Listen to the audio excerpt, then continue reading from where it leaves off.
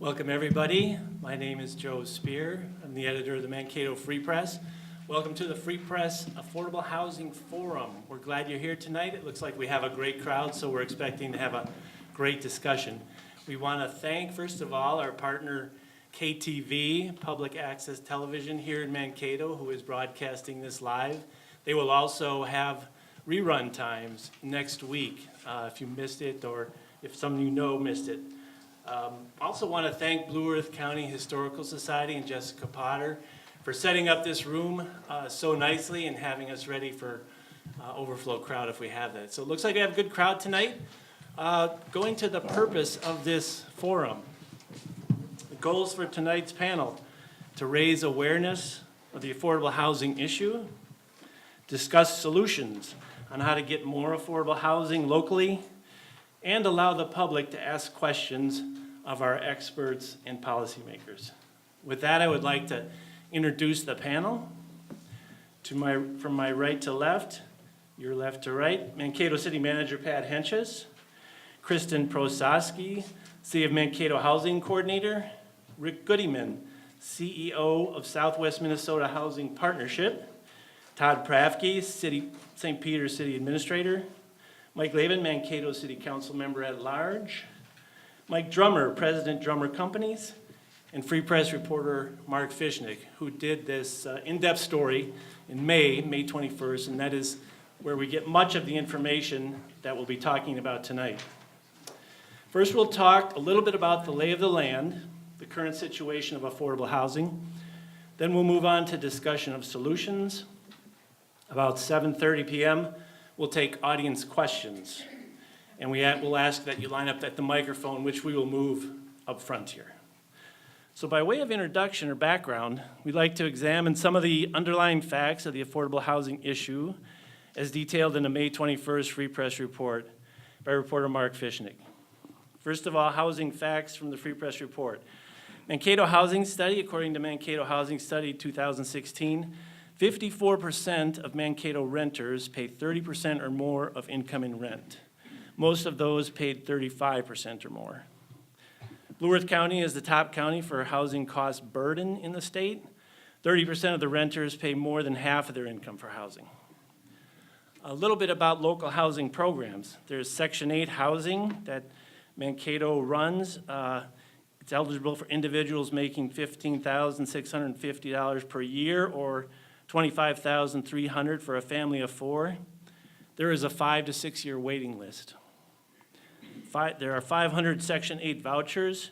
When applications opened recently, there were 1,200 applications and 500 people qualified.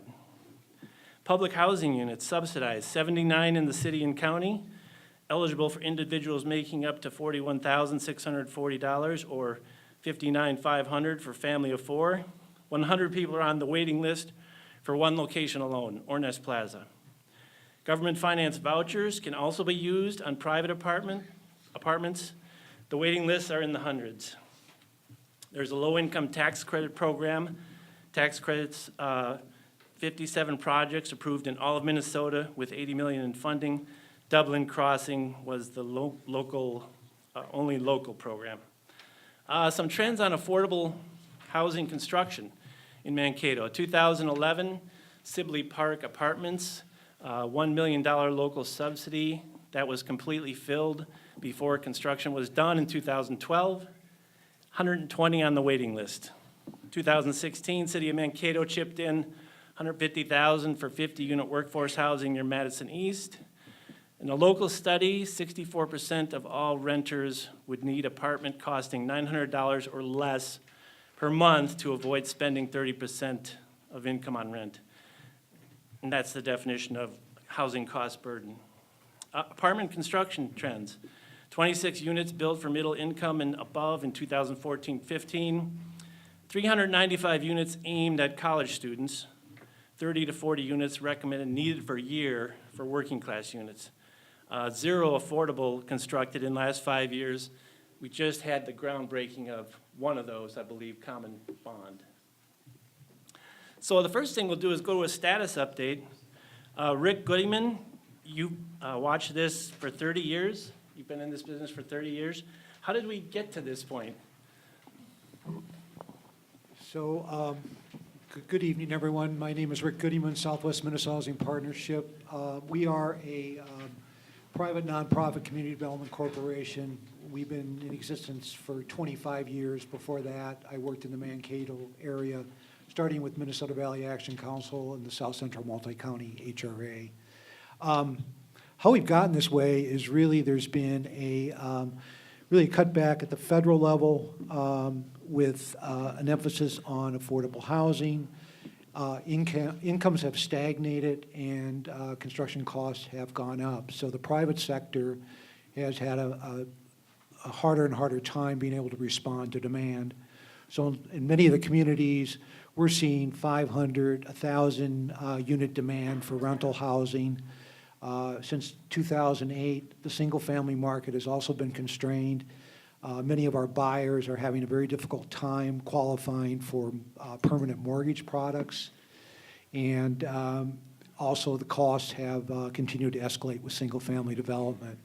So we've been working in the Mankato area since 1999, where we started working with the city of St. Peter on several, now 3 single-family subdivisions.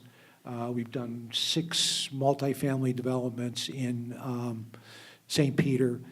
A lot of the work that we've been doing lately has been trying to preserve existing housing. So we are reinvesting and recapitalizing existing property to make sure that it's not lost. A lot of the properties that we're targeting have project-based rental assistance, so it's making it some of the most affordable housing in the region. And if we lose that, it's gone forever. The federal government is no longer providing project-based rental assistance in properties. We're working in the rural areas, primarily targeting USDA 515 properties that have rental assistance attached, and also Section 8 properties that are primarily in most of the larger markets. Right now, we have about 1,000 units in our pipeline. Most of those are preservation projects.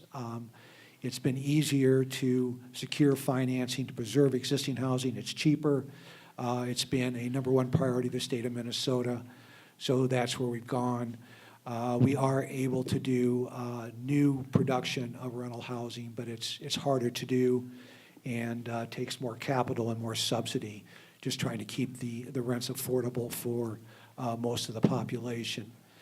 We are breaking ground October 2nd in the city of St. Peter on a project called Solace, which is a intensive services project that would provide housing for primarily women and children whose families are exiting the criminal justice system. So many of the families have mental illness or chemical dependency issues, and one of the reoccurring problems in this market is the fact that we cannot find stable housing for people that have any kind of a chemical dependency issue, many with mental health issues, and anybody with a criminal background. It's nearly impossible for them to compete. If we cannot find stable housing for those families, there's no way to really stabilize the family and keep people from recycling back through the criminal justice system, hitting the emergency rooms, having real transient issues at the school system. So it's costing us all a great deal of money. Rick, you talked about a lot of new projects coming online, but what about demand versus supply? We are so far behind on demand, particularly in the Mankato market. It's starting to hear reports that it's now starting to impact economic development activities as employers are looking to expand.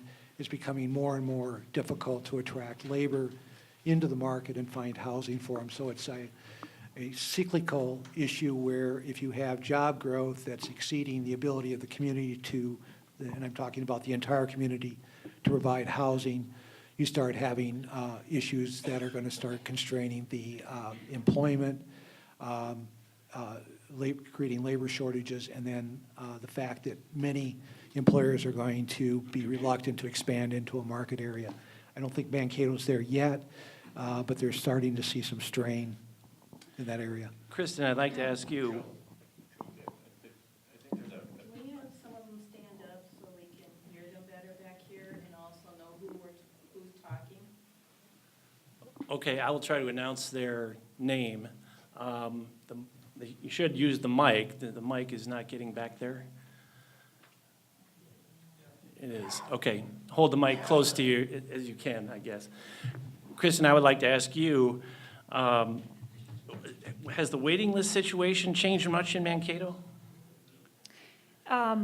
You were correct when you said that we did have over 1,200 applicants when it was open last fall. And at this point, for the voucher program, we do have 422 households that are still on that waiting list. So it has reduced from the initial approximately 500 that had met the priority qualifications, but we do have still an extensive It list. sounds like a little progress. What is the cause of that reduction in the list? So summertime is a time for higher turnover on the list as families end up earning more income and are able to move off the program. Or it might be a time where, for whatever reason, they go off the program and are making shifts. And then also we clarify eligibility at the point where we're releasing the voucher. And so some of that reduction is due to finding out that a household was not actually eligible for that voucher. Okay, I see. And there was talk of federal budget cuts to the Section 8 program as well. Have you heard anything about that, or have your people been concerned about that at all? There certainly is a lot of discussion about cuts at the federal level, and it's most definitely a concern, but at this time, basically what happened for this year's federal budget was kind of a status quo, which was really good news for us. In a way. And so at this point, we don't know what the next budget cycle will hold, but we will obviously be paying close attention as that unfolds. Okay, I'd like to go to Pat Hentges, City Manager. Pat, you have watched this as well for a couple of decades, and Mankato still is a very tight situation, according to Rick.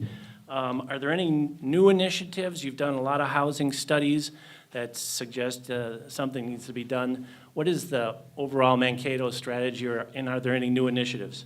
Well, we've made great progress in what I would call market rate housing, and we've built up our tax base that has generated jobs, and the market rate rental housing has been absorbed. During that same time, one of the things that kind of changed a little bit in the marketplace is that our student housing has moved really essentially begun to move into student housing communities. And despite the fact that we had a spike in enrollments and then it leveled off, we built quite a few housing units last year dedicated to student housing. That's opened up some opportunities, and I think it's a long-term opportunity, particularly in the valley area of Mankato, where we can perhaps go into these neighborhoods and start looking at opportunities to preserve that affordable housing stock that exists there. We continue to build market rate housing. We just put in a more affordable product that was approved, more what they call micro apartments, appealing to the young person. But all this while, I concluded, Rick, the affordable component, we haven't really built any infrastructure in the United States for affordable housing units for 20, 25 years. We haven't added public housing units really in any cities. So that, deep subsidy area of housing, we have some difficulties and some challenges. The other thing that really goes along with this is basic affordability.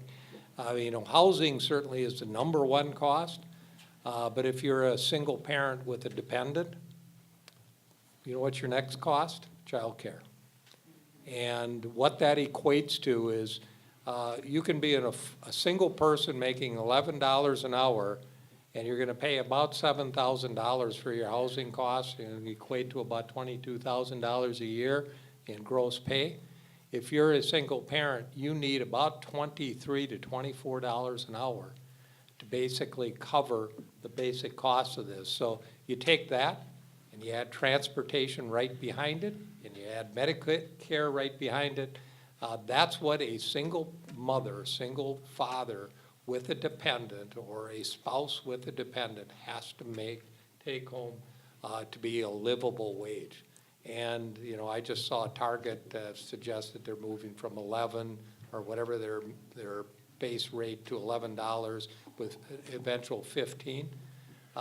If you're a single person with a dependent, that's not going to go very far in the marketplace, considering housing is your first cost, but dependent care, transportation, reliable transportation. So there's opportunities to outside the marketplace, perhaps for more affordable housing in these more rural areas that have some of the tax credit housing. But again, you're going to have child care, dependent care, and you're going to have reliable transportation that can get you to and from the workplace. So I think there's some very affordability compounding issues, and that's really what our council has looked at. We've got 3 priorities for the next coming 5 years is affordability, but not just in a housing affordability, but what can we do to make sure that we have affordable daycare options, and this is really a problem in the smaller communities. What can we do to improve our transportation system, particularly in the mass transit system, to give some more options for reliable transportation? And then certainly address how we can build more affordable products. We, in order for tax credit projects, they're very expensive. Rick has done more experience, and there's some others in the room that have that. But it's going to take additional, quote, subsidies to kind of move yourself up in that very competitive list. And we just approved one that's going up now. We've got another one coming, and I'm sure there's some other ideas in the marketplace. We're also working very closely with developers. We've lowered lot sizes. We're seeing more innovative housing designs. Mr. Drummer down there can talk about that. We've lowered our street widths to bring down our infrastructure costs to make some affordable options out there. But that's just a very small piece of really what I think the issue is. And again, that's livable wages have just stagnated, and other costs have risen along with the cost of building housing. It's a very complex problem, as you articulate, Pat. Mike Drummer, I'd like to ask you, as someone in the private sector, you've built a lot of housing. How do you view this affordable housing issue, dilemma, problem, if you think it is one? And how do we address it? What are the challenges with the private sector? Well, there is one for sure, and there's no one answer, but just to piggyback on some things that were said here already, Rick makes a great point, and I'm thrilled to see that that's what's being talked about, and it's preservation projects. It's almost impossible to build new affordable stuff, and the codes have changed, and that's really what it comes down to. In a lot of situations is code changes. There's the energy code change that put air exchangers into apartment buildings, and you can only have one furnace in each furnace room because you don't want to mingle the air between the two of them. We built a project in 2015 before the code changed, and it was $85,000 a door, an apartment building. That exact same apartment building, the exact same building after the code changed, with increases in concrete and other materials, went to $100,000 a door. It's a $15,000 a door increase in 2 years just because of the cost of materials, labor, and dramatic code changes. We're making everything more energy efficient, but it's costing us money. So when Rick talks about preservation projects, I love to hear that, because that's really, to me, is a better spend of the money. When Pat says transportation, the new styles that you're talking about, it's a key component. If you're going to build skinny streets and you're going to save on infrastructure costs, is what you're attempting to do, is get more density on that property and drive the cost down. If you're going to do that, you have to have a transportation system, because you're not going to have parking.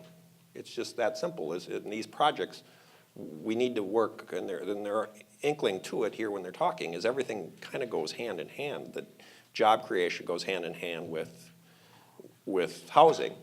Transportation goes with this new type of housing that we're using to attempt to drive down the cost. So, and the city of Mankato is doing a great job from when I started here as a college student to now with its busing. It's proportionally unbelievable on how far it's gone. So to me, that is a huge component, is to be able to get that portion of it taken care of. I'd like to hear your view, Mike, on the construction trends we cited earlier. A lot of college housing built, very little affordable or workplace. How does that play out in the private sector? Is it just so much more profitable to build college than these other ones, or? Well, that's the, you know, the capitalistic part of private industry is if they cannibalize each other, it's a good thing. Competition is a good thing, and if the housing market for the college students gets overbuilt, then some of the older units will be available for the preservation projects. Some of the units that have maybe been around since the 70s or even the 60s, that they can be turned into something different. If guys want to continue to build we built that project behind Wow Zone, over from Wow Zone, we looked and we seen that there was a need for the young professional. They were still living in the apartment buildings around college, and they were trying to get up and go to work in the morning, but yet they were still in that mode that college kids are in. And they filled up immediately, and now there's 260 units out there, and there's 5 vacancies across the whole project. It was a project that opened up more doors for other uses. So if you combine that with the preservation projects, with the older stuff maybe going to that, and like Rick said, don't lose the old stuff. If we lose the old stuff, we can't build new stuff. It's just impossible. I mean, the Dublin or the Madison East project, I'm hearing that number at being $220,000 a door. You know, that's over double of what we built. Higher end luxury. And, yeah, but I mean, there's reasons for it, and they can be explained. There's reasons for it, but that's just the pencil to the paper, cold hard fact is it's hard to build new stuff in this day and age. One of our earlier statistics noted that you would have to have a certain number of people being able to rent an apartment for $900 or less. How feasible is that to build? A 3-bedroom apartment at $900, you're gonna lose a lot of money. That's just now that. How about 2 bedrooms? 2 bedrooms, I seen on the brand-new project that was on, in the media, that it was between $830, $850. A 2-bedroom apartment in the private sector can cash flow at that. Under the old building codes, under the new ones, it's a little bit higher, but it's a close similarity in a 2-bedroom. But there's not a lot of need for 2-bedroom when you're talking about a family with 2 children. Right, I mean, I right. believe, and correct me if I'm wrong, that's a requirement that they have 3 bedrooms for if the children are of a different sex. If it's a boy, a girl, and a parent, I think it's a 3-bedroom. Okay, thank you. We've talked a lot about statistics and policies, and I wanted to go to our reporter, Mark Fischenich. He interviewed a lot of these people who were desperate for affordable housing, and I'm just going to describe a few of them who we interviewed and let Mark expound a little bit on who they were, what kind of people they were. One example was a mom of 2 working for $11 an hour with a husband who had a stroke. She qualified for Section 8 housing, but again, there was a 5-year waiting list. They were renting, paying a mortgage in Pemberton, small town from here, for $826 a month, and their small 2-bedroom, 767 square foot apartment in North Mankato cost $850. Another example, mom of 4, $18 per hour, husband out of work, 3-bedroom apartment, $930 a month. Bigger one, she said, would have cost $1,500 a month and out of their reach. Another example, single mom, 14-month-old son, making $18 per hour, qualified for public housing, but again, 100 people on the waiting list. Says nothing in good condition. Apartments were costing over $1,000 a month. So, Mark, just give us a little sense of what these people were like to talk to and the depth of their concern about housing. I guess first off, like always, I was a little bit surprised and very grateful that people were willing to step forward and talk on the record about, their personal income and their struggles. I guess the thing that tied them together was that they were just going to keep plugging away. I mean, they were struggling, but that was life, and they were going to do the best they could with what they had now and keep looking and hoping that something better came along. It was interesting how they got sort of to that same marketplace in really different ways. You mentioned the woman whose husband had a stroke, and all of a sudden she was the sole breadwinner for the family. The idea of commuting from Pemberton just didn't work anymore. Maintaining a home didn't work anymore, and of course, her income was way down. So all of a sudden, she was going to need to be a renter again. There was a Bethany student that I think 4 or 5 years after graduating was making an okay wage, but she had all the college debt, and so for her, she was still living with roommates and wondering if she would ever in her life have a place of her own. Another family, the mom got a better job, and all of a sudden the voucher was gone because her income had risen, which was a good thing, but then she was in that kind of no man's land where the wages don't cover what's needed to get an apartment for a family of, I think it was 6.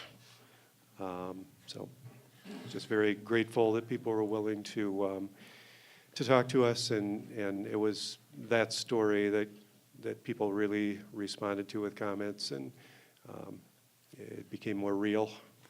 It was really amazing, the online comments from Facebook, and I don't think I've seen as much comment on a story in a long time. And I think even one of the sources got back to us and said they couldn't believe how many people were talking to them, thanking them for sharing their story and telling them they're in exactly the same spot. So it really hit a nerve with a lot of people, a big population, and we know that. And part of it is, it seemed to me, reading the report, Mark, but you interviewed them, that they were basically really wanting to be hardworking people, making as much money as they could, trying to better themselves. Yeah, it was interesting. A couple of people that maybe didn't even read the story commented that, why don't they get a job? And all of them had jobs. One woman, I think, said she had 3.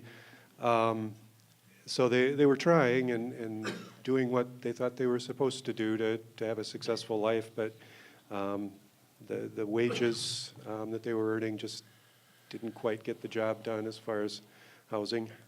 So I want to ask you, Mike Laven, quickly, as the only elected official up here, and that was, hopefully we won't pick on you too much, but you able to answer. Some of these folks probably are constituents. You're the council member at large for Mankato. What do you say to them, and what do you say to their concerns, and is the city doing enough? Well, I think you and everyone here kind of touched on it. Excuse me. I look back in 2000 when I first got elected, the cliche was, well, here are our toolbox items for housing in the city of Mankato. And the staff presented those various options, and it already talked about Section 8, vouchers, public housing, these kind of things. Well, that toolbox is still the same toolbox from 2000. Now, if you've done any type of home repairs yourself, you know that a Phillips screwdriver and a flathead screwdriver and a hammer only do a few things. You need a few more things in your toolbox. We don't have that. And clearly, as pointed out, there won't be any more tools. So it is that balance of where does a government entity, a city, work with a private side and make this work? And to Mike's point, how do you do this? I look at my home insurance and they say, oh, well, if you have to replace your house, this is the value that, and I'm like, I don't know if that would cover, I don't know if I could live in my neighborhood again, because that's the insurance. And, if Mike's going to build my house for what that says on there, I'm going to get away cheap. But it's tough. How do you explain to someone, I understand? The example I give them, and it's very real, and Mark had a couple people interviewed. If my wife or I, one of us, became disabled to the point we couldn't work anymore, we're upside down. There's just no way around it. At the age of 50, I would never thought that would be the case. Looking at my parents and everybody of generation in front of me, to know that you're 50 years old, if something like that happens, you turn upside down and you're trying to figure out where to live, that's bizarre. That being said, Pat's point, and excuse me, I just want to bring this back up. The numbers he gave you earlier about the wages, that comes straight out of MIT. Livingwage.mit.edu. That's the website that has been developed by MIT, and it has data for information across the country. You can dial up the information, put in your zip code or your county or city, and it'll give you what those real numbers are, and it has the costs, and those are real numbers. So when we talk about those kind of numbers, it's the reality. How do you get the community wage to grow when there's a massive amount of hiring that needs to go on, and yet you still need to provide that transportation? The cliche of drive to qualify is more and more prevalent. Pemberton's too long of a drive to get to Mankato on wages. Where's the public transportation part?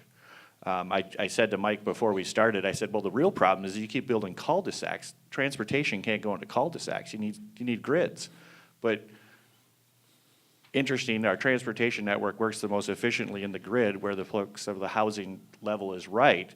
And as we get on the edges of towns in the new development, that's where we are starting to need more transportation. So is the city council, Mankato City Council, doing enough? Do they have enough awareness?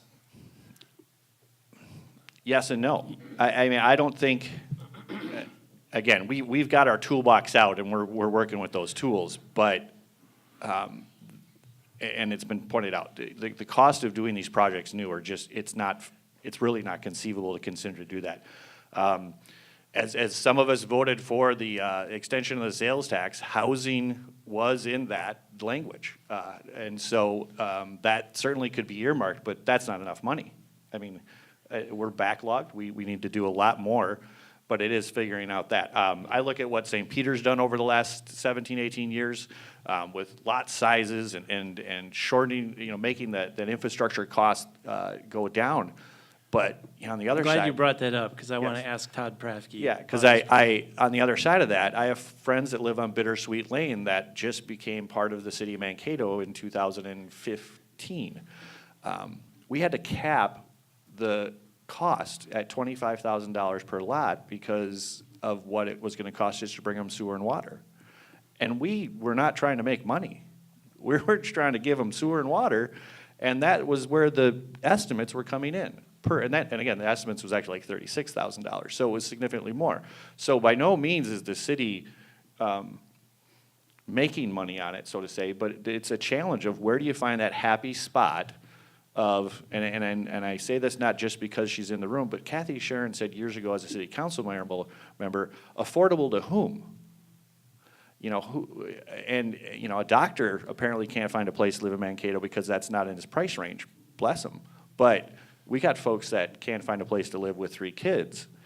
And, how do we balance that? It's tough. Thanks, Mike. Is that a good politician rambling long answer? I tried. We'll cut you a little slack there. Todd Prafke, tell us about your projects in St. Peter. You seem to be one of the smaller towns that has been somewhat successful with affordable housing, as we talked earlier, not only single family, but apartments as well. Give us your strategy and why you think it's worked. I think the strategy has been very clear and was established really right before the tornado in St. Peter in 1997 or 1998. And I got to tell you a little story to explain this. So one of the things that happened is that you got to have defined goals and you have to be able to articulate them and measure them and make things move. In a community like St. Peter, it's really important to find good partners, because we can't do it all. We're not big enough to have specialized staff and all those things. You got to find good partners and really, really smart people. It's always better to hire smarter than you are, right, and have them help carry you. And so one of the things that we did with our first project was we did some work related to understanding what the marketplace was. And in a room not much bigger than this, all the tables and chairs were moved to the edge of the room, and we had a big piece of paper, and on that piece of paper was a number of rolls of pieces of paper that were spread out, and it was the layout of a subdivision. And at that time, it was a really unusual concept to build subdivisions with smaller lots. What I would call a neo-traditional design, the kind of neighborhood that you would see built post-World War II into the mid-50s, maybe early 60s. And so that was really unusual. And there was a lot of pushback at that time about how, well, nobody's going to want to live on that small of a lot, or that's too small for a house under today's standards, or you can't get a house design that works because it's too small and the kitchen is too close to the bathroom, is too close to the bedrooms, is too close to the entry, or whatever. I mean, there are lots of different things that were expressed at that time. But one of the things that was great is we lay this out and it shows the streets, and Rick and his team and some other folks brought in model houses that were scaled to size, a few of those, and one of my council members, John Kwame, brought in Hot Wheels cars, so you get the size of this thing. And it was very quick for them to come to the conclusion that this is the neighborhood where I grew up. This looks like how I grew up. And how doesn't that work for our communities going into the future with sidewalks and alleys and unattached garages? And not to say that that's for everyone, but when you talk about strategies and how you make things go, those were built very efficiently. Those neighborhoods in the late 40s, early 50s, we had a big press. Lots of communities were growing substantially, and we had to be very efficient. And so coming back to some of those efficiencies, I think was very helpful. And I illustrate that because these are not only challenges of economics, they're not only challenges of finding partners, there's not only challenges of finding the right mortgage products, there's not only challenges of saying, state or federal government can come help me more, I need more resources. There are challenges within communities about what size lot do I want next to me, and the question of who are those people that are going to live in that small house? And that's a really tough question for communities to grapple with. And until we can do some of that, well, these other things will continue to be Curious important. on But that it's really question. important. On that question of, Yeah. I don't want these, who's going to live next to me, did your elected leaders have to deal with that question with constituents, and how did they handle it? Yeah, I can't speak exactly for all the elected officials at that time, but I think part of their answer was, well, it's going to look just like the neighborhood that I grew up in. And that is easy to sell if you're trying to sell. It's easy to explain. People can understand that. They can wrap their heads around that. You know, one of the things that we find that's great data that is in our hot sheet every once in a while, which is our weekly electronic kind of newsletter thing, is that we've done some data gathering within St. Peter. And so as an example, we take an area that's about 55,000 square feet within our community, and we plot that out in various neighborhoods. Some neighborhoods that are like mine that are kind of more middle of the road, and some higher end neighborhoods that exist in St. Peter, and some neighborhoods like our Nicollet Meadows, which was affordable housing or workforce housing, or Washington Terrace. And we calculate out what's the taxes, because cities are businesses, whether we'd like to admit it or not, we're a business. And what's our return on investment? So how much tax does that generate? How many utilities are sold, and how does that work? And it's really fascinating in that some of our upper end neighborhoods with houses that have values, at least in St. Peter, are upper end, in excess of $350,000, $400,000, have a relatively low return on investment to the community as compared to those more densely developed neighborhoods, where the tax per house might not be really high because the value of the house might not be really high, but the tax that's generated per square foot on that same size of land is significant in the use of water and electricity and all of those other things that, frankly, cities sell. And so how do you measure this stuff is Right. really important. How do you define it? We talked earlier, your city also takes some risk in putting up these affordable housing or workforce housing. What are the risks? You pay for more of the infrastructure than you normally would, probably. And that is one of the strategies that St. Peter's used, and I think the council's been very courageous in not only looking at what that risk is, understanding that risk within the marketplace, and trying to balance that risk reward, and what are we really trying to do within community. And so that is a strategy where the city council has frankly got in debt and said, we're going to put in the water, the sewer, the roadway, the storm sewer, all that kind of stuff, and we're going to take the risk because we know within a community like St. Peter, in most instances, it's very, very, very difficult for a private entity, a private firm, a private developer to do that on an upper end neighborhood, let alone a lower end or moderately priced neighborhood. And so who's going to take that risk? Who shares in that risk? And is that better to share it community-wide or more in a capitalistic kind of system where the developer shoulders all that? And maybe you can't get a developer that's interested in doing that. I think from my perspective, we try and find folks that are interested to do that, but the risk is substantial.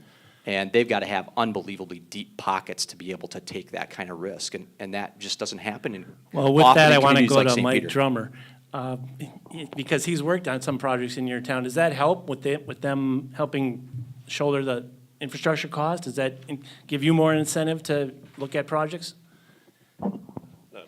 Actually, we talked before they did the last project, because I do have a subdivision up there up by Gustavus, and it creates another choice on the market. So now the city has taken over what would be the most affordable piece. I'm not going to use just straight out affordable, because affordable and new in the same sentence is kind of an oxymoron. So that the subdivision we have is what we would have considered the starter home subdivision of the last decade, 2004, 2005. A two-bedroom unfinished basement, two-stall garage. That's now the secondary product, and so we work off each other. So I'm very comfortable with what we're doing in the town of St. Peter. And you actually stole some stuff that I was going to talk about, because I'm a big proponent of small lots. I love what the city of Mankato and North Mankato and St. Peter do with that. Is it, Todd, and just to ask a question, is it the local government aid that swings the balance of making more money for the city off the smaller lots? Because the subdivision that I looked at in Eagle Lake, and when we analyzed it, the smaller lots actually generated more income to the city based on the local government aid. And that's something that I think is extremely important that doesn't go away if that is in fact the case that swings it. I've never done an analysis how it relates directly to local government aid that cities receive from the state of Minnesota. But I think it is true, like I said earlier, on that per square foot basis, those more modest homes generate more taxes. That denser development makes a significant difference. And so then it's a matter of, can you develop it in a way that feels good, that's attractive, that will draw people to it who are in that working family or affordability category. So what this leads to is the difference between wants and needs. When I first became a developer, my desire was to replicate East Main Street out by the Kennedy subdivision, and the thought was that people would put money into sweat equity, that we would not leave the basements unfinished, that we'd do two-stall garage and locate the houses on the property so that they could add a third-stall garage. That's not what people want. They don't want to do that. They want the basements finished, et cetera.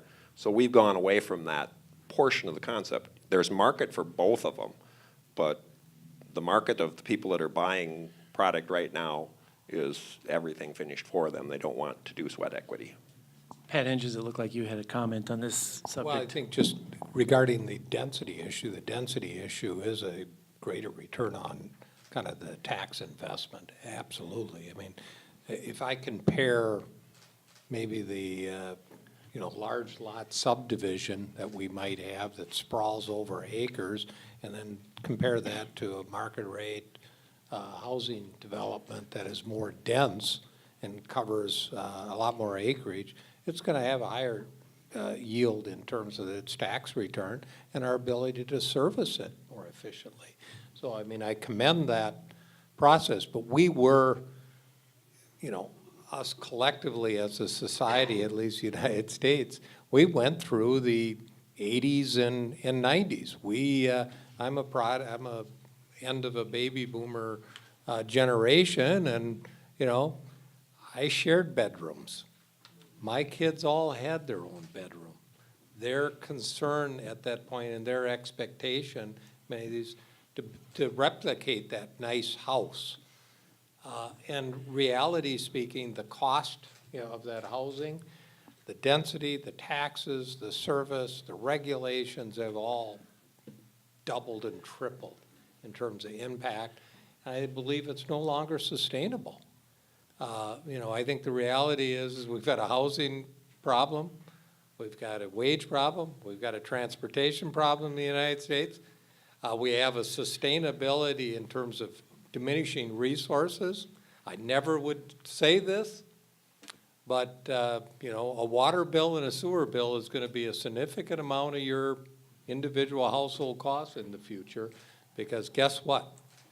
The water that we take out of the river isn't in very good shape, and it's gonna take a lot to clean it up, and it's gonna cost a lot to discharge it back into that river after it's cleaned up and it's consumed. And, you know, you could just go on and on. We went through the excesses of the 70s and 80s of consumption, and now we're trying to kind of dial that back and try to make it affordable and sustainable. And it's going to take a lot more than tweaking lot sizes and trying to come up with programs that can make all of this affordable for the next generations to come. And I'm kind of a little overwhelmed at that point, but I go back to economically, there's just so many factors pushing this, and wages for the middle-class American dream just haven't kept up with it. You make very good points, Pat. One of the things about that whole discussion, it's very real, it's very succinct. It's just, a lot of these things are something we can't do anything about, wages and the river rules, but we can do something about affordable housing. It seems like we're hearing some solutions, although there are problems. Just a quick question back to you, Pat. Would Mankato be, have they considered doing something like St. Peter does, underwriting the infrastructure costs more? I know there's risk to that. Yeah. Well, we have done, in fact, that in a couple subdivisions. Pole Creek was we managed to get some FHA money and basically did an affordable subdivision. First-time home buyer purchase, deferred loans, those types of things, similar. To do that over a long period of time as another housing product, I think probably in terms of home ownership, that entry level, that's absolutely needs to be done. I think we need to figure out in working with, I'll call the tax credit products that Dean Deutscher has worked with over the years, and Rick Goodman and others, is we need to figure out how those cost per units can be driven down. And it's just not the city subsidizing it, it's at the top end, figuring out how you can tighten up that cost, where Mike and Mr. Drummer can build a per door unit. Rick has, and others have had all this cost that they got a bring into it, and in order for that product to be marketable to the state and feds, we've got to come back in and have some taxpayer subsidies on top of that. So there is a lot of work to be done in those areas, but I think one thing that maybe I heard is perhaps we need to focus on that existing inventory and keeping that more affordable as opposed to trying to tweak the system and figure out how we're going to build new affordable housing. Good point. Rick, I wanted to go back to you. Rick Goodman of the Housing Partnership. In our story in May, I believe it was Patty Ziegler said, you've been one of the foremost people in the state to get tax credits out of Minnesota housing. Maybe we just need you to do more of that. Yeah, unfortunately, everybody wants low-income housing tax credits. And just Tell me how that works and briefly, Sure. and the trend. And I'll try to answer some of the cost question. So the low-income housing tax credit program was started during the tax reform of 1987, and it was a way to encourage private investment in affordable housing. Before that time, it had been solely the federal and state governments who were providing the subsidies to develop housing that would be affordable to lowest-income Americans. With the advent of the low-income housing tax credits, the way that works is each state is allocated tax credits based on the per capita population. So that flows to the state. There are communities within the state of Minnesota that are entitlement communities. They get a direct allocation. Cities like Minneapolis and St. Paul, for instance, get a direct allocation of funds. The rest of it flows to the state of Minnesota, and all the rest of the state has to apply on a very competitive basis to receive an allocation of low-income housing tax credits. The way it works is that you apply, you put your project in, you apply, you try to maximize the state policy, which is captured in a thing called the Qualified Allocation Plan. So the state indicates all their priorities. They assign points to that. You develop your project based on trying to capture as many of those points as possible that are within reason. If you're awarded an allocation of tax credits, you will get, and I'll just use an example. So the last project that we did in St. Peter, Park Road Crossing, we received $700,000 of tax credit allocation. That is for the first year. And, but that was times 10 because that flows over a 10-year period of time. So that's actually $7 million. And we would take those tax credits and those go out to investors. So investors will pay us a price for the tax credit. Before the recent election, we were receiving 98 cents to $1.03 for every low-income housing tax credit that we sold. It fell after the election to the upper 80s. So it's very, the tax credit market is somewhat volatile. It's climbing back up again. But then once those tax credits are sold, we get equity from the investors. We put that into the project, so it's a development subsidy. So what it does, it permanently reduces the cost of development and permanently reduces the rents. And we have to agree to rent to people that make less than 60% area median income. Some of the cost drivers on this is the fact that we do have to work with investors. We do have to work with the state of Minnesota, and we do have to have pretty stringent code compliance issues. The properties have to be durable. The properties have to have capitalized reserves, which you don't find in a lot of private sector development. That means the investors are requiring us to put hundreds of thousands of dollars into reserves so that if something happens to the property, we have capital there to fix it or to cover any kind of expenses that go over our anticipated costs. So we have a lot more compliance issues, both driven from the private sector side and the public sector side. And as the industry has matured, when Dean was doing his projects, it was a much simpler world than where we are now. The industry's matured. There's a lot more legal concerns, so our legal costs have gone up. Investors have all kinds of concerns about placement, the type of due diligence you have to do. So the amount of work that we have to do to get a project approved by our investor and by the state of Minnesota is much, much greater than it was in 1987, 88, 89, 90 when Dean was doing a lot of his projects. I think you mentioned in the report, one of these applications can cost you $100,000 to complete. Easily, Wow. depending on how complex they Wow. are. So is the tax credit solution a solution or not really? Right now, it's really the only game in town. And it does produce good quality housing. And we as a long-term owner, and Justin, who's in the back, Common Bond, is also a long-term owner. We want these properties to be as sustainable as possible. What we don't want to do is continue to repeat the mistakes that were made previously when we created a whole bunch of housing. We had low code compliance. The federal government was trying to minimize costs, and that's why we're having to spend millions and millions of dollars in reinvesting in these properties.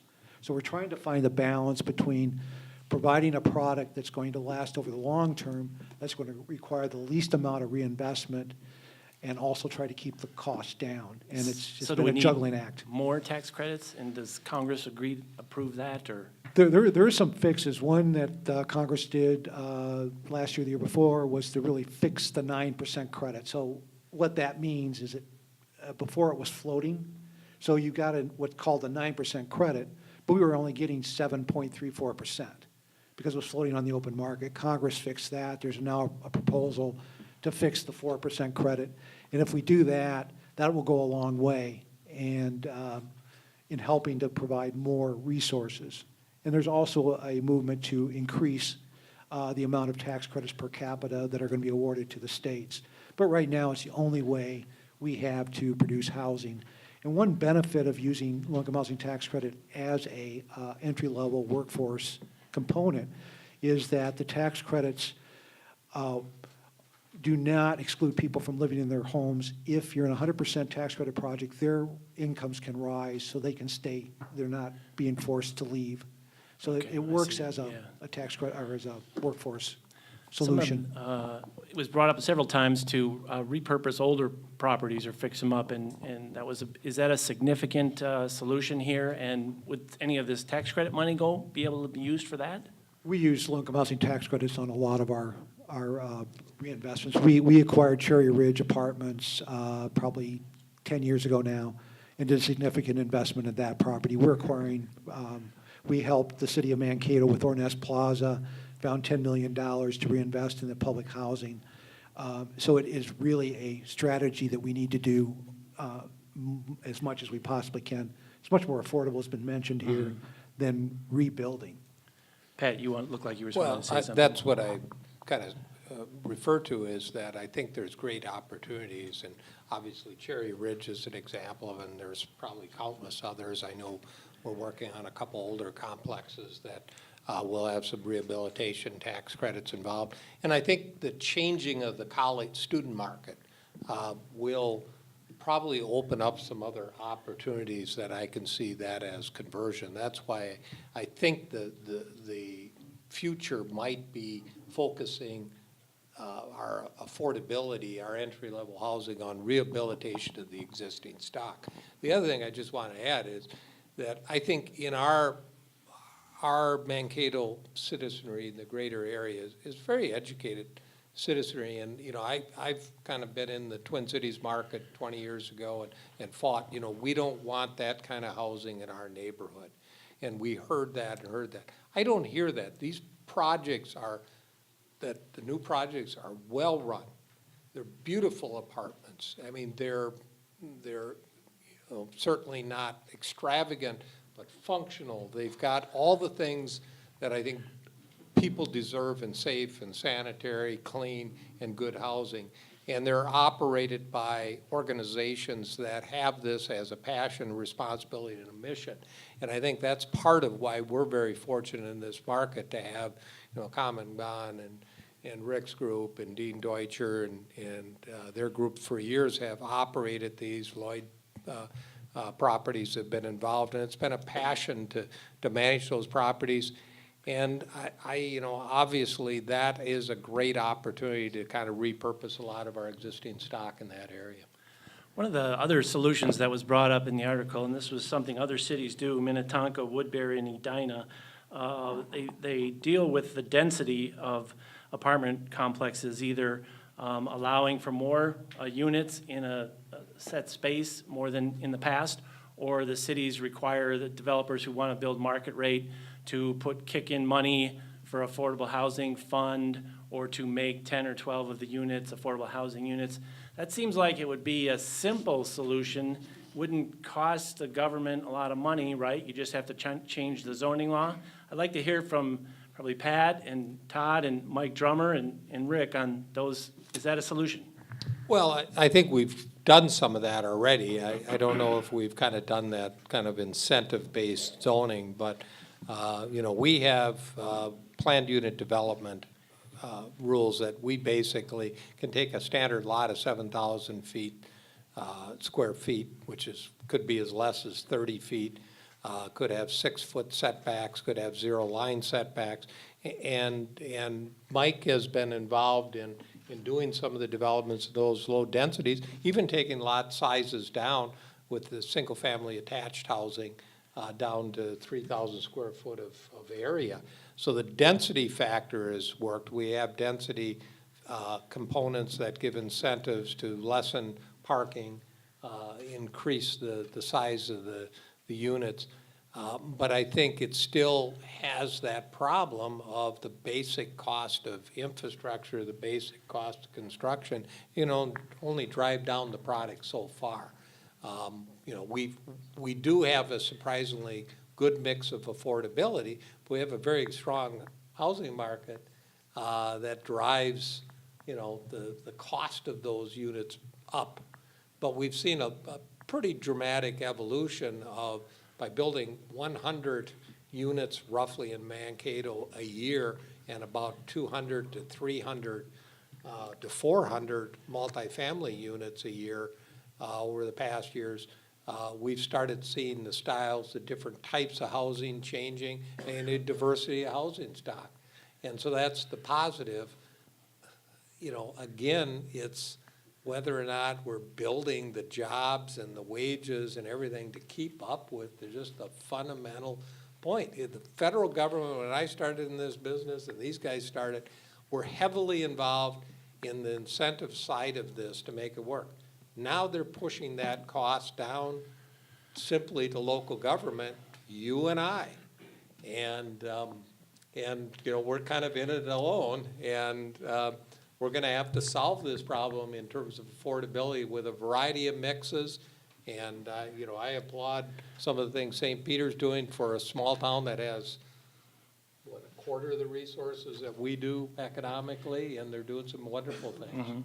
Mike Drummer, I'd like to hear from you. Requirements on developers for affordable housing, lower density, lower your costs, still make money. That's just it. On our side of the table, if there's still money to be made, somebody will do it. So, there was a big pushback when the city went to a whack and sacks, charging for water and sewer hookups. But that didn't stop people from building new buildings. So if you combine what we're talking about tonight with the preservation of other stuff and converting older stock into updating it and using that as your affordable and letting the new stuff continue to be built, I think there's room for that. I obviously would like to be on the side where we get to control. So if they do a housing subdivision or a rental unit subdivision, it's 100 lots or 100 apartment buildings, and 10% has to be that. I would like to see it stay in there because I think I can do it more affordable than if it gets gummed up through the government process. But I'm not opposed to that concept of so many units being set aside for that, not at all. I do want to mention one thing, though, that we haven't talked about that I think is a huge component. There's a life cycle to housing. I mean, you grow up in your parents' house, you move to college, you get your first apartment building, maybe your second, you move into a house, a starter home, you move up, et cetera. One thing that we're not talking about, and it's just not because there's a lot of seniors in the room, is seniors housing. There's a dramatic shortage right now, dramatic shortage for seniors housing. And we're fortunate that Mankato is a hub. It's a hub. But we've got all these small towns that we talked about, Pemberton, Madelia, St. James. When those people are in those towns are retiring, their house is worth, if that same house were in Mankato, it'd be worth $180,000. In St. James, it might be worth $80,000. So they don't have the resources to make that move. And what we're seeing, and I just talked to somebody last Wednesday about their neighborhood not turning over. We're not seeing neighborhoods turn over like they used to, and they're not turning over as rapidly. People are living longer, they're healthier, they're staying in their units much, much longer than they used to. They're not moving to that next one, and it's not opening up the other side of the coin. You're not taking that unit that somebody lived in for 40 or 50 years and getting it opened up so that the next starter home family can move into there. That starter home family moves out of the apartment, there's another apartment open. We've had some nicks in the circle, and I think that's as much to talk about is how do we treat the seniors' affordable housing component of this versus just the workforce housing. Yeah, that's an interesting point of view on that. So we're at about 7:30, time that we'll start taking questions here. I'm going to move the microphone up to the center aisle here. And if you just would stand in line and ask your question, and it can be to any or all of the panelists.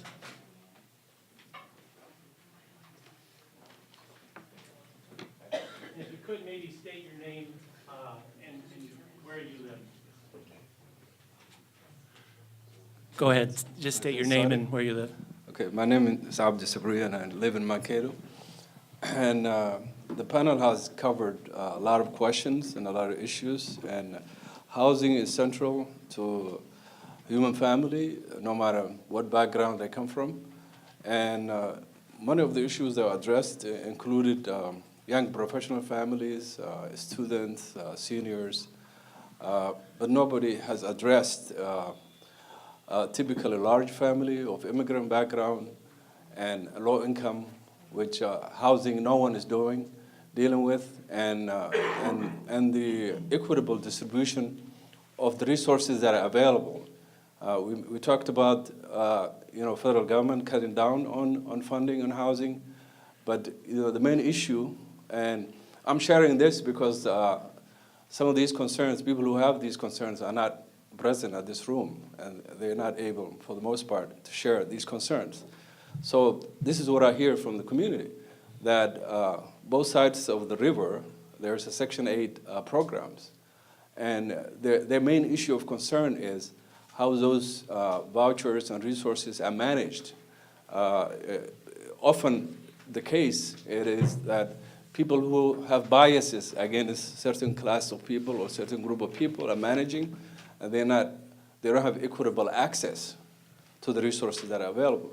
And then we're not, usually on the Nicollet County side of the river, the city of Mankato, North Mankato have decided to cap the rental,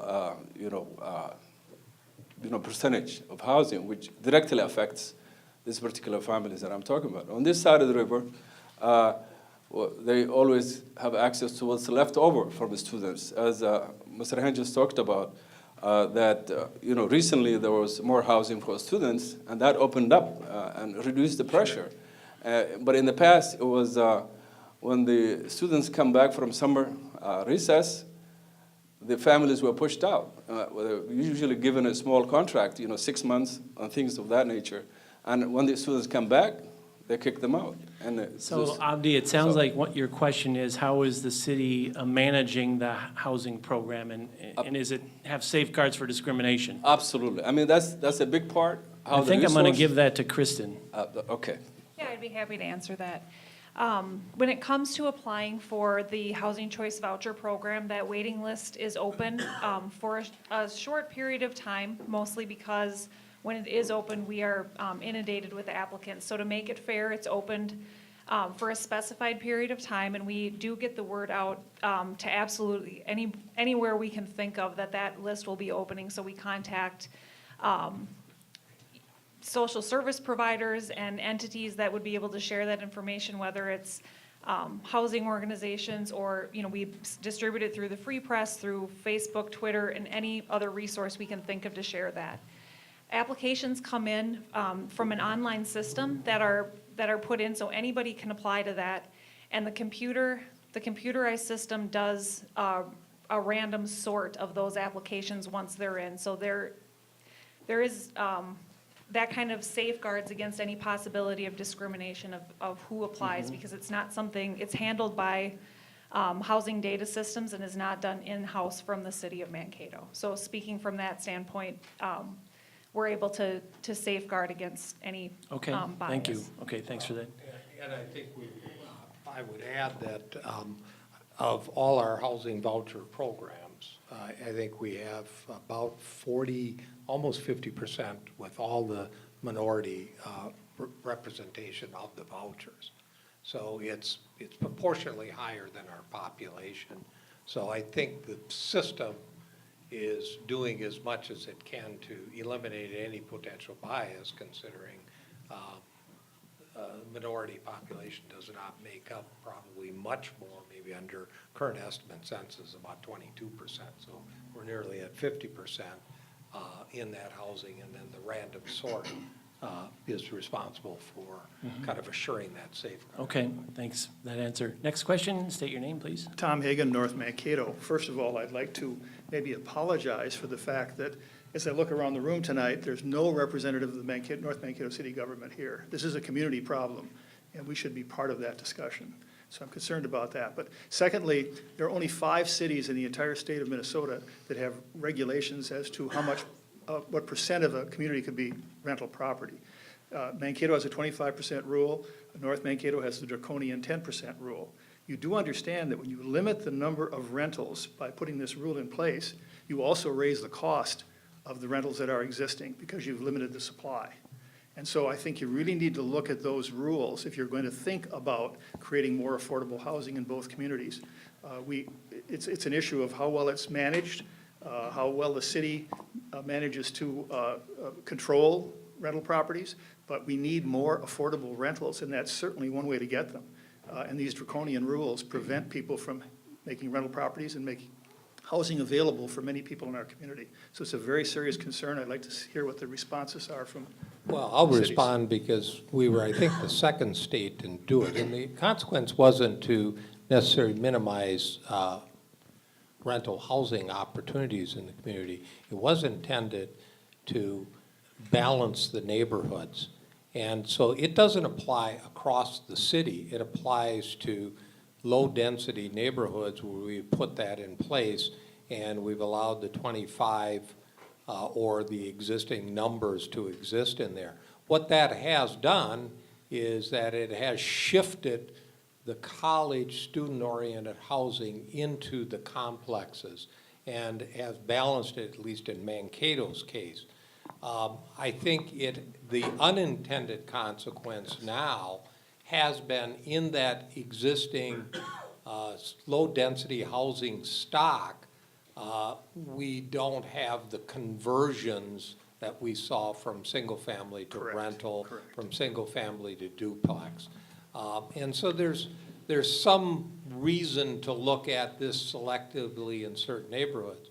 I can tell you, if you live in Highland Park and you're up close to the university, I think there would be a battle, I know Rich is here, it would be a battle to make sure that there's a reasonable balance, because it worked, its intended reason for that has worked very well. But I would tell you again, and I would agree with you, there's an unintended consequence in a time where maybe some of this housing stock is the most affordable housing stock we're limiting. But what we were trying to do at that time was to make sure a typical affordable housing doesn't be purchased and then have the 4 or 5 students taking up what would be affordable housing opportunity for a family. So would the city be willing to revisit that issue? Well, I think we have to revisit it on a block or neighborhood by neighborhood basis. Because I think there are some areas that maybe warrant opening up, looking at it a little bit differently in terms of a rental opportunity. We do allow for provisional renting, and some of these units have eventually been converted as opportunities have loosened up. But I think we do need to be close and vigilant in making sure that these neighborhoods are balanced and they have a reasonable mix of rental and responsible ownership and single-family ownership, et cetera. Mike Laven, like, you were probably involved in some of that policy decision. You want to respond? Yes, and, two things. I look at the Washington Park neighborhood as an example where putting that cap in place actually spurred home ownership. And the Washington Park Neighborhood Association came out of that because all of a sudden there are folks who were investing both just dollars and cents, but also the family roots into that. And that's the housing stock we're talking about that needs to be there from a rental perspective. Now, coincidentally, a few folks in Highland Park, as Pat mentioned, actually they've been very quiet. They don't want this broadcast, so to speak, but they're now 15 years later thinking about moving out of town and retiring to the south. They want to rent their home, but they're in the density where they can't do that. And it's like, oh, unintended consequences, ooh. But that being said, there is a balance. And I would say for my colleagues and I think this would even, I won't speak outside of that context, but it's something to be revisited. There are some spots in town where it doesn't matter. I look over across the alley from this building here. 15 years ago, there was only 3 homes that were owner occupied. With the density, now there's now 8. Because those properties became available, someone didn't want to continue to rent it, and it was sold and rehabbed into a single-family home. That's a positive. But then as you get to the next block of Broad Street, there's still 68 units between Broad and 5th, and Warren and Cherry. They're that block. So it hasn't that's a lot of folks living in a dense area there. And Lincoln Park is another success story. Many of you probably have even owned homes back in the 80s, and today it's a very different neighborhood. My stepdaughter lives in Lincoln Park in a formal rental house that she bought, and it was the most affordable opportunity, well-maintained. It needs a little rubbing, a little care, but, that has happened. There's a house right next to it being converted.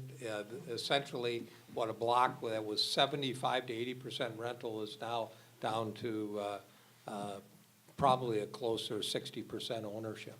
But a property maintained rental is as good as Oh, a absolutely. private I think ownership. that, yeah, the rental part of this is kind of the misnomer. It's Yes. the density and kind of the management of the property Correct. that is the issue. Correct. And I think there's a lot of well-intended landlords that got into the, kind of the single-family, two-family duplex rental market when you could make $1 million and do this, and found out that it's a lot of work. Correct. And the good ones are still renting and doing this and have ownership. The others have passed on and moved out to something Okay, else. thanks for that question, thanks for the answers. Next question.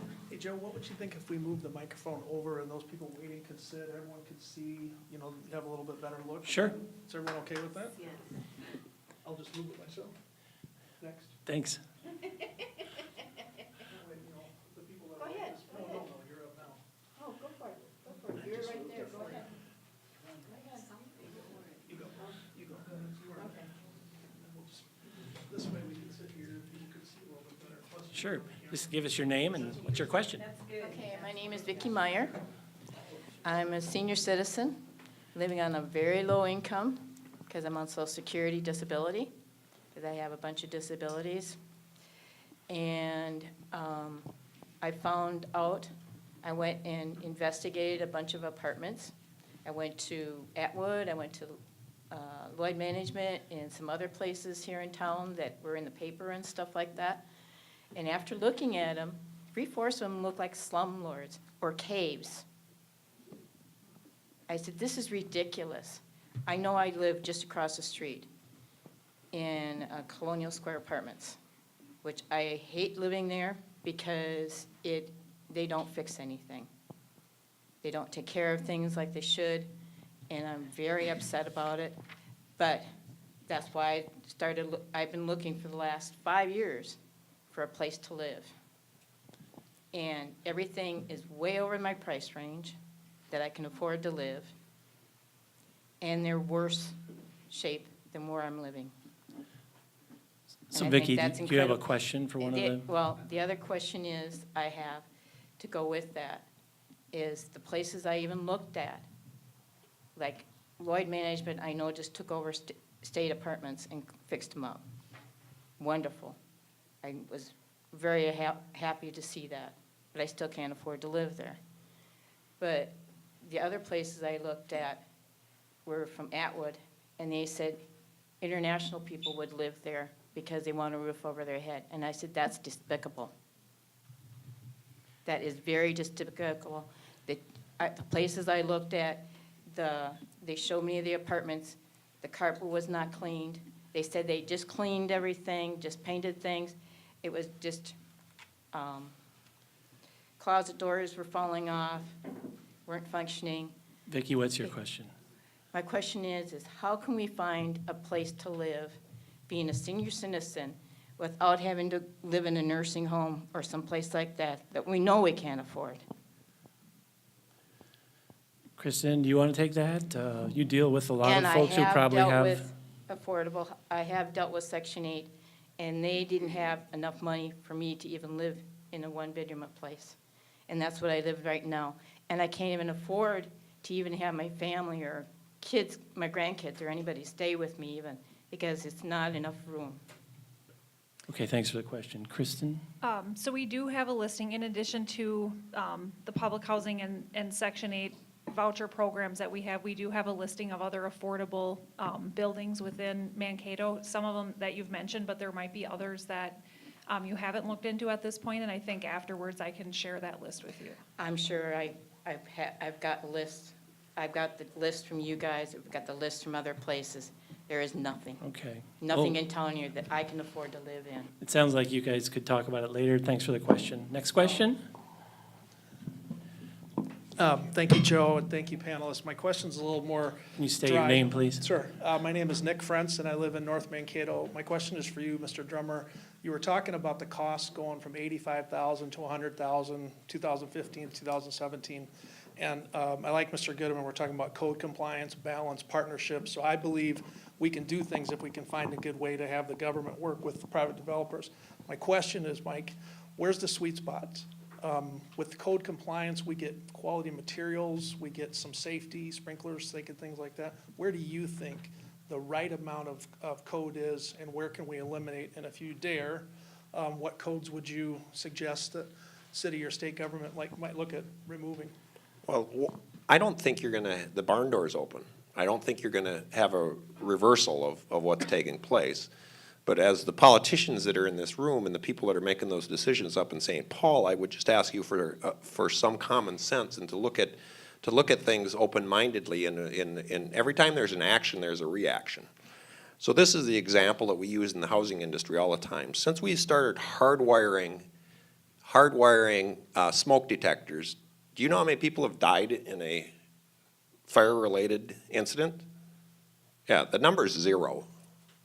So why are we looking at spend $6,500 per unit just for the sprinkler system in private homes?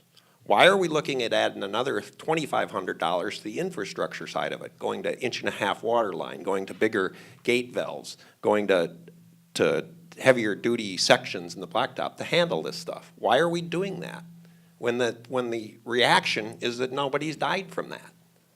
So we overcomplicate things. And this one's going to touch a button with our 2 city administrators. The government continues to send down unfunded mandates.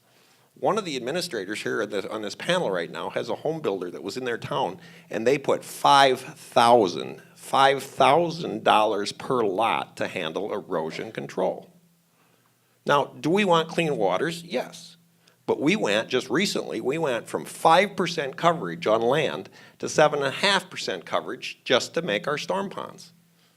There is no correlation, no connection. It's a statewide thing. There's sand in the Twin Cities. We have hard clays.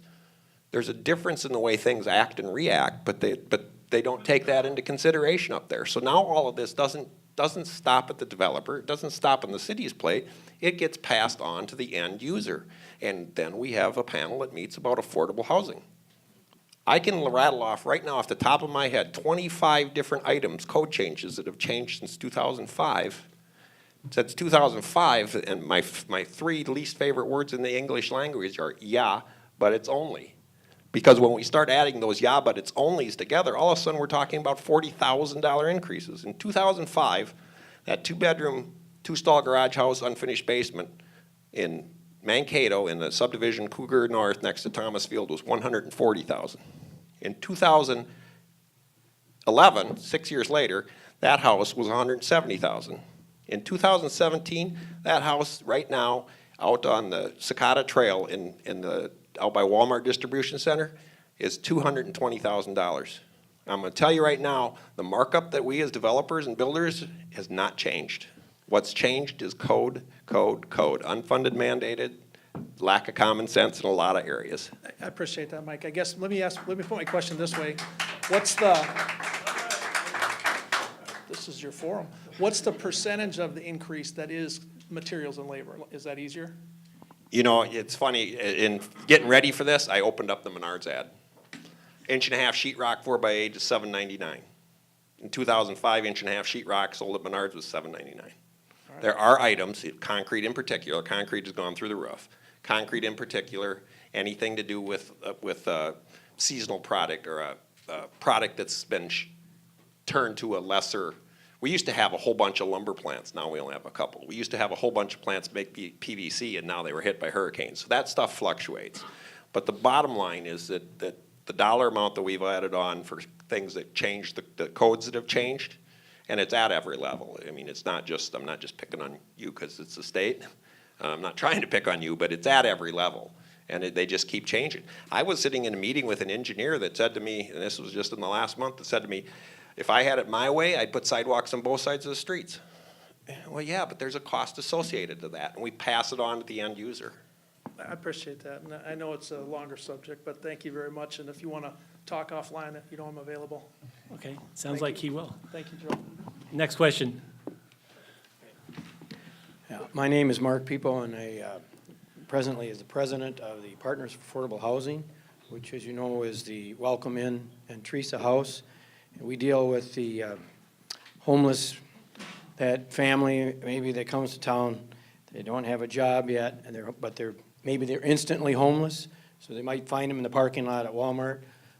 They're the ones that we turn down. We have our units, like we have 11, for 11 families in our 2 buildings.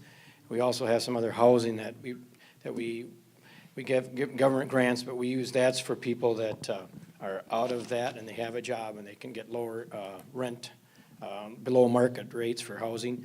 But our big thing is the shelters. We turn down people. We turn down roughly 30, 40 plus families a month because we don't have any room. And it's a constant problem, and I was really interested in this forum, and I appreciate that you have this. And we're dealing with affordable housing for the ones that actually presently at least have some kind of job usually, that and they're looking for good housing. And when I see Common Bond has, I think, 7 units out of the new buildings they're going to put up for strictly just for homeless. So I'm kind of trying to figure the avenues of that and how we can incorporate more of that in our affordable housing for people that are working, and then in our case, people that are looking for a job too, but they are right now homeless. So, Rick, looks like you got an answer for that. We integrate supportive housing units in all of our developments. So what we're doing is we're setting aside a certain proportion of those and then tying case management services to those. So Horizon Homes here in the community is providing the case management services. And across the region that we work, which is almost all of southern Minnesota, we have different service providers providing that supportive services to those households. In the case of the project that we're breaking ground on October 2nd, that's 100% supportive housing with 30 units. Those are a bit more difficult to put together because obviously people that are homeless are extremely low income, so this subsidy has to be considerably deeper. But I think Common Bond has some standalone. We have a few of those, but we tend to try to integrate those, particularly into properties that have project-based rental assistance. So people are paying 30% of their income. So we're setting aside the units that have the most deep subsidy in our developments, and those are primarily preservation projects. I would like to add that, for example, the sales tax referendum that was passed by all of you in both cities, at least in Mankato's case, we do have about, just in a budgetary sense, we set aside about $250,000 per project. You were actually, Ms. People, lobbied, urged the council to do that, and that's just a potential per project that can be used as supportive, for supportive housing incentive, whether it be a private sector project, a project run by them. But the intent, obviously, is to kind of make some headway. I noticed, like on our waiting list, for example, you would go up on the priority on your waiting list based on our Section 8 and our public housing based upon homeless status. But I think the last time we looked, there's 25 families that would be classified as homeless. They may be in your facilities and other transitional facilities. But again, all of the vouchers, to your, Abdi, your point, I mean, we're essentially leased up on those vouchers. There's not any new money coming in to be able to say, okay, we got one voucher right away for you to, find a place to live. Okay, thanks for that. appreciate answer. it. Thank you. Any more questions? Harlan Score, Mankato. By the way, the young lady that her husband had the stroke, she's living in my apartment, and she's very happy. I wanted you to know that. Her husband's very happy. $50 of that went for a garage, which anyway, we're doing our best with her. So the question I already have here is, what it always comes down to, and Joe was one of my best economics students, and so Mike there, the question we always have is who can do it the best? Can the government do it the best, or can the private sector do it the best? So can Mike Drummer do it the best, or someone with the government? And when I looked at the units that we're putting up, and I saw the cost at about $213,000 per unit. And I know if you give Mike Drummer $1, he'll get the most of the dollar. Anybody that knows the price of a half-inch sheetrock 4x8 now and 10 years ago, well, he gets a lot of $1. So can somebody give me an idea why this costs so much? Why does the units, why do they cost over $200,000? I know I built apartment houses, And really what it takes is when you build an apartment house, you need about 1% per month if you're paying all the utilities and all the costs of it. And it really comes out pretty cheap compared to owning a house where you have to take care of everything. My clients call me up and say, we need a new stove, or we need a new refrigerator. Next morning, they got it. So why the big cost difference? I know you say it's because you're going deep and you're gonna build something that's gonna last 20, 30, 40 years or whatever. But I've talked to the people that live there, and the quality of the, of course, appliances, everything are much better.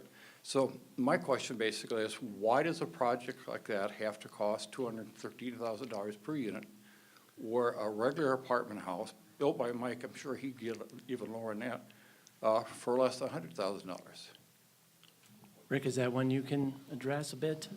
Sure, I attempted to answer the question a little bit earlier, but the first place, we haven't produced a unit yet at $213,000 a unit, but we're in the 170 to 180. The last project we did in St. Peter was 179,000 a unit. Down here. So, but we have a lot of masters. So on our investors, Mike is not required to put several $100,000 into capitalized reserves into a project, and it just sits there. Our investors are requiring that. We have other code compliances that go beyond what the local codes are. So we have to meet state mandated types of constructions, and a lot of those we believe in. We believe that if we're going to create housing, it should be healthy.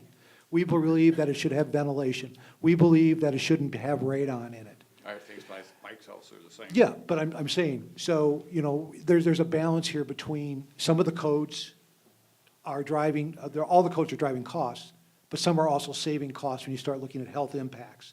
So that also has to be part of the equation. We also have a very complicated financing mechanism when you're using low-income housing tax credits. You know, we're typically spending $60,000 for attorney fees or sometimes higher. And that's because our investors are requiring X, Y, and Z. We have to have accountants to make sure that the tax credit expenditures secure enough tax credits. So it's very complicated, but unfortunately, and as I was talking when Dean was doing it, it was simple. Now the industry's matured, and we have a lot of people that are charging a lot of fees to get these projects done. I think But you're the making my point about the government, just a second, because I But- think one article in the paper said that there was one person who got $1 million, one person got $1 million for putting the project together, the financing, all the paperwork, and there was a large amount for also the person putting it together. I'm just saying, where would the dollar go the most? If we give it to, or have people bid on it, and have somebody like Mike build it, I won't mention myself, but Mike built it, where do we get the most for our dollar? But Mike cannot produce rents at $700 a month. And the tax credits are bringing in that subsidy. So when we did Sibley Park Apartments, that was over $9 million of subsidy that went into the development cost. It's a very nice product. It's high-quality product, but we had to meet all these requirements, but we could not get the rents at the level that they're at without that. We were able to build large units. That's expensive. And we're trying to meet some of the, large family needs in the community. So that's what we're using these subsidies for. Pat, looks like you had a response Well, as that's well. what I was, essentially, it's a rent-controlled subsidy, so you got to back, the tax credits are what bring that rent and change that rent. Now, could you shave off some dollars with some of the overhead? Yeah, you could shave off $1,000, but again, what drives that cost fundamentally at the end of the day is it's a rent-controlled, confined to 30% of their income. The other thing I would say is you shouldn't have Congress design a program. It is the most convoluted. It's not very efficient. Make that statement again, I couldn't hear that. You shouldn't have Congress design a program. Okay, government, in other words. Yeah, the idea of bringing in the private sector has made this enormously complicated. Okay, thanks for that question, Arlen. Next question, we have time for a couple more, probably. Getting toward our deadline here. Hi, Bernie Lemberg. I live at 410 Sibley Parkway. Quality product? No. I live there. Every year in the winter, we've had pipes break. We've had pipes break every year since I moved in 2015. In the laundry rooms, on both ends of the building, all first floor, third floor, and in the basement. Well, my question is this. We are putting so few units up for disabled people.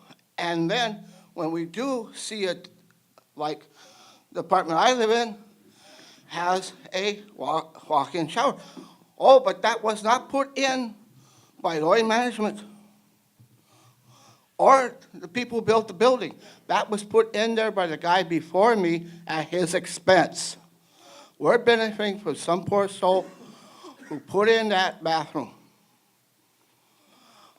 They call now putting up 2 lousy rods in the bathroom, hand grips, as a handicapped apartment. Hey, Bernie, do you have a question for the panelists? My question is this. I don't see any really new apartments coming for handicap in the way it should be, in the numbers they should be. Why are not handicapped apartments in this town truly handicapped? Why are they getting by with just putting up rods and saying, yep, they're handicapped now? Kristin, do you have a handle on this issue, or Pat, or Rick? Rick? Well, the first place, Bernie, I'll get some information from you. I'll talk to Lloyd Management about the issue. We do change out showers when it's requested, so I don't know what happened there. We are, when we're doing handicapped accessible, we're doing them to the current standards. I agree with you that there isn't enough handicapped accessible units. We're starting to do universal design to try to do all of our apartments that way. But it's it's a slow go, and we're certainly not there. And we've heard it in a lot of different communities. We need to increase the number of units. Okay, we got time for another question. Kelly McDonough, and I live in North Mankato. I don't have a question so much as just a very brief comment, and that is that, this is a multifaceted issue, and you've identified multiple populations that are affected, as well as multiple variables that work together to influence the bottom line of affordable housing. But I do want to encourage that we also, all as communities, think outside of the box. And I know at one time we had something like room share, house share. That's been a number of years and I haven't worked with it. But how do we work with something like that? Because we have elderly people who don't want to leave their homes. And one of the reasons is because their home is affordable. They know what the costs are on an annual basis, for the most part. But they might have room in their home for someone, and they might need a caregiver. And so if we can be more creative as communities about how we bring together supply and demand and needs, I can't say exactly what that looks like, but I think that we can step outside of the box and explore other options. Okay, thanks for your comment. Question, one more question coming? Okay. Looks like we'll maybe make this the last question. Hear me okay? I'm Lauren Burkle. I'm a North Mankato native, now happily living in Section 8 housing over in Mankato during my retirement. I'm a retired writer, and I audit classes at MNSU. And I'm really happy to be able to live back here and do that again. I'd like to propose a question to everybody on the panel about how we can begin to follow up on what you said, on being more creative and think outside the box for answers to the housing crisis. I live over in the Washington Park area, and I'm very well aware of the limitations of what we have available in this town. I'd like to congratulate the 5 churches that are about to offer space for the homeless. My parish is opening up their empty classrooms to house the homeless. Now there's a bright idea. I'd also like to know how we can do more to recycle these high-cost materials you've talked about, preferably through people like Habitat for Humanity. Where I come from in Washington County, there are very large recycling centers for used things that I am seeing day after day go out in the dumpsters here in Mankato. How can we make use of that building material, put it in the hands of people like Habitat, put it in the hands of the churches, put it in the hands of everybody else who's ready to move on this, and if necessary, go outside of government, go okay. outside the box. Mike Drummer, maybe, do you want to start with that one? And everybody can maybe touch on it briefly, and then we'll be wrapped up. I think it's about recycling and then thinking out of the box. Also, I'd like to mention my home parish back in Washington County has a shelter house that the parish owns right next to the church, and they put up people when they're in trouble. That's one more way to think outside the Okay. box. How Thanks for can your we do question. more of that here? Thanks for your So question. thinking outside the box in our realm is just, our extras do go to Habitat for Humanity. But thinking outside the box is in the materials we use. There's a liquor store in Madison Lake. Right next to that liquor store is actually an apartment building, and it was a pole barn construction. And I just mentioned earlier that cement has gone through the roof. And that type of construction actually eliminates your footings, eliminates the cement. So we've explored that possibility of going to a post system in rental apartment buildings. It hasn't worked out yet. By the time you massage the codes enough to make it work, it's not working out financially, and we haven't even presented it to the powers that be, and that being actually not the government, but the neighbors. Any place that you put that is going to be a eyesore. It might be affordable, but it's an affordable eyesore. So we are thinking outside the box. You throw stuff against the wall and you see what sticks sometimes. We'll continue to do that, but yes, that's for me, it's how we use the materials and how we get the materials screwed down so that the product can be more affordable.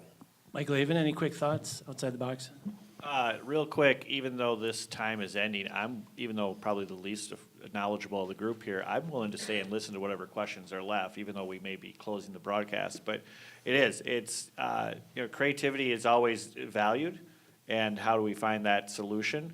And there's a give and take along the way. And I can honestly say, not just for the folks on this panel, but really the broader community, they're always trying to figure out how to make that work. It's who takes that lead. I think that's where we're struggling with. Okay, Todd Prafke, anything to add? So it's very interesting to me that I don't know that you said this exactly, but we're maybe saying maybe there needs to be some additional regulation about how waste is treated. Is that maybe one of the ideas, or is it really a call to the community to say, we got this, we can do more as a community? It doesn't necessarily have to be government to solve it all. Hooray, But I there's got you some thinking about a what if. Yeah, but What if we find out how many empty structures there are in town? How about these empty school buildings? How about, I don't know if we can do anything about the post office. It may be going in another direction. But have we really taken a serious look at our resources for recycling and for housing here? I think what you see in the panel here is a lot of outside the box thinking, but there always is room for more. And these aren't all government solutions. Some of them are community solutions. You mentioned churches and other folks that really have to continue to play a role in meeting all the needs that we see across the housing continuum, from lowest to highest. There's not one solution that solves all of these things. It's going to take lots of different folks, lots of different partners, trying to come up with solutions. I'm glad you articulated that. Rick Goodman, a quick comment? I would fully agree with that. When we've had the most success has been through planning, partnerships, working as a community to overcome issues. So some of the work that we started doing in St. Peter, we were coming at it from cost containment. We were also looking at narrower lots, different ways of treating stormwater, surface runoff, things like that would reduce cost. At the same time, we ended up producing a product that was highly saleable. So it's really getting our heads wrapped around what is the issue, what are the potential solutions, who can we bring to the tables. One of the things we do really well in rural Minnesota is we work together well. We form effective partnerships across all different silos to answer questions, and that's what we have to do more and more, and be open to different solutions. You know, we're also experimenting with construction, thickened slabs, insulated, as a way of trying to cut costs. You know, the market is really forcing us to really experiment and have local units of government that are open to that, zoning boards that are open to looking at different, different types of applications. We ran into some of the obstacles in St. Peter with the zoning board saying you have to have 120-foot frontages on your lots. The city council overruled them. And we were able to start experimenting with Nicollet Meadows and Washington Terrace and now Travis Green. But that's how it's pulling everybody together with a common goal, and let's really look at different solutions and look at the difficulties in a different way. Do we have a Thanks, Rick. recycling center here that looks through construction material and tries to feed it back to Habitat? Can anybody tell me? We recycle the stuff that we can to Habitat, but there's also a cost basis to that. And Habitat has a store, you know about that, the Restore, where you can I bring volunteer materials. Yeah, okay. Kristen, did you have a comment about outside the box thinking here? Sure, a couple of things that have come to mind during the discussion and notes that I've been writing down are maybe we need to think about ways that we could utilize our vouchers in project-based them more often to try to leverage units in various buildings where the majority are market rate, but we're putting some vouchers into those buildings. And then another thing I've been thinking about with the preservation, we've done, at this point, hundreds of owner-occupied and rental rehab projects in Mankato over the last several decades, and trying to think through if we would want to do that differently in the future, allowing for some cost savings. So those are just some of the things I'm preliminarily trying to think through. Okay, thank you. You know, I believe it kind of offer Rick and Todd that it's going to be the regional partnerships that really are going to solve this problem. I with a little bit of chagrin when you mentioned Minnetonka, Edina, Woodbury. I managed in the Twin Cities before I came here in Columbia Heights. And very frankly, those larger, more affluent communities were mandated to do that. They did it through the generous, aspects of their heart. So that affordability was done through kind of centralized mandates in those communities. The rest of the Robbinsdales, the Columbia Heights had to struggle to develop those partnerships. So I honestly believe that if we don't have a kind of a common strategy for the area to attack the homeless, such as what the churches are doing beyond what partners can do. Look at the developer side of it and say, how can we make that home occupation or the market rate housing, bring it down at affordability? How can we then work with the nonprofits and some of these other groups to do affordable tax credit projects and drive down those costs, such as we're doing on a couple of these? We have to do it on a regional basis, not just Mankato, not just Pemberton or these smaller communities, and solve it. I also believe, and passionately believe, a lot of this goes to the wage problem. And housing is one problem with affordability. It goes beyond, we've got to look at this transportation system.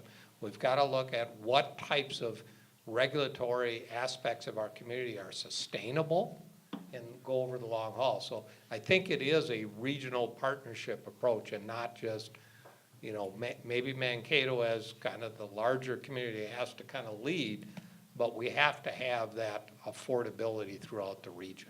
Thanks, Pat. I think we have a great panel here that gave us a lot of great ideas, a lot of different points of view. I think we achieved our goals tonight of raising the awareness of the affordable housing issue, talking and discussing some creative solutions, and I think we gave people a chance to talk to the experts and have their concerns heard. So I'd like to close it out, but I want you to give a hand to our panelists. I think they were a fabulous group.